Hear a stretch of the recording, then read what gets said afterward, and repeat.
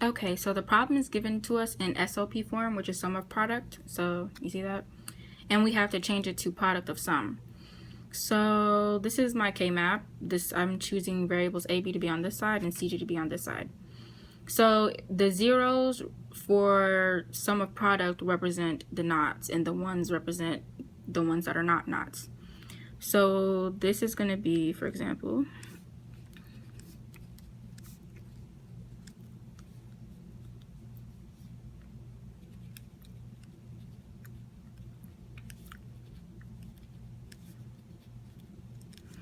okay, so anywhere there's a zero, it's knotted.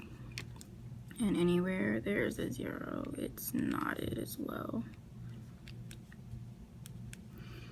Okay. Okay.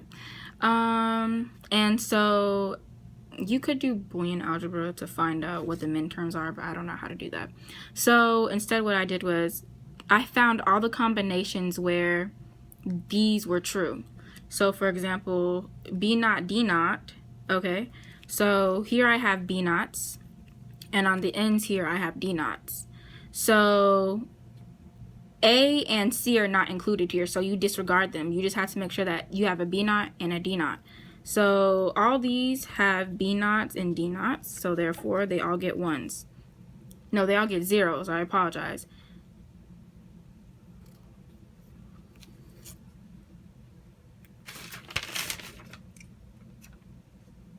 No, they all get ones. That's right. They all get ones because this is sum of product. So we're dealing with minterms. So yeah, so they all get ones. So again, ABD. So this is AB. And this is D. Okay, so that works. So what else is ABD? This is also ABD. So there goes a one there. And then you have A naught, BC. So this is an A naught and this is an A naught. But this is a B naught and that's a B, so that doesn't work. So this row definitely. And then we're looking for C. So I know it can go here, and this is a C. So it should be able to go here as well. Okay, so if we fill them out, the rest should be zeros.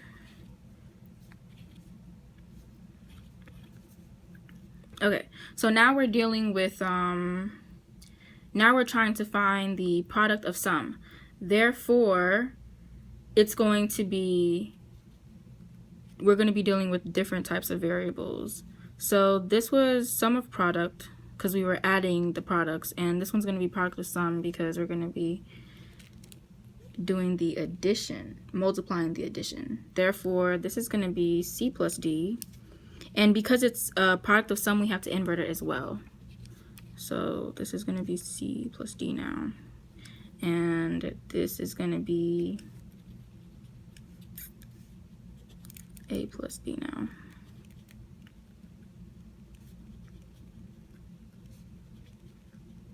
So since we're inverting them, that means that the ones now get the knots. And the zeros remain the same. So this is going to get the knot. These are going to get the knot, and this is going to get the knot. And then here, zeros remain, ones get knotted. Okay. So since we're doing product of sum, it's going to be max term, so we're dealing with zeros. So we have to make the biggest group of zeros that we possibly can. So I see one here. Okay, we can do these two and do that one. Okay. And now we simply have to do it as we would a regular when we do the sum of products. So basically, just find the ones that aren't changing.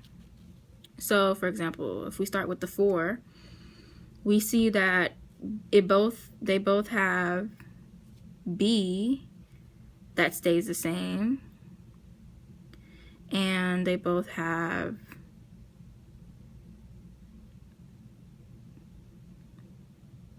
D naught that stays the same. So we can write it B plus D naught. And then let's go to this one here. We see that A naught, B naught stays the same. And then D stays the same. So that'll be there. And then let's do this one. We see that A plus B naught stays the same, as well as C. And so that's what your product of sum answer would be.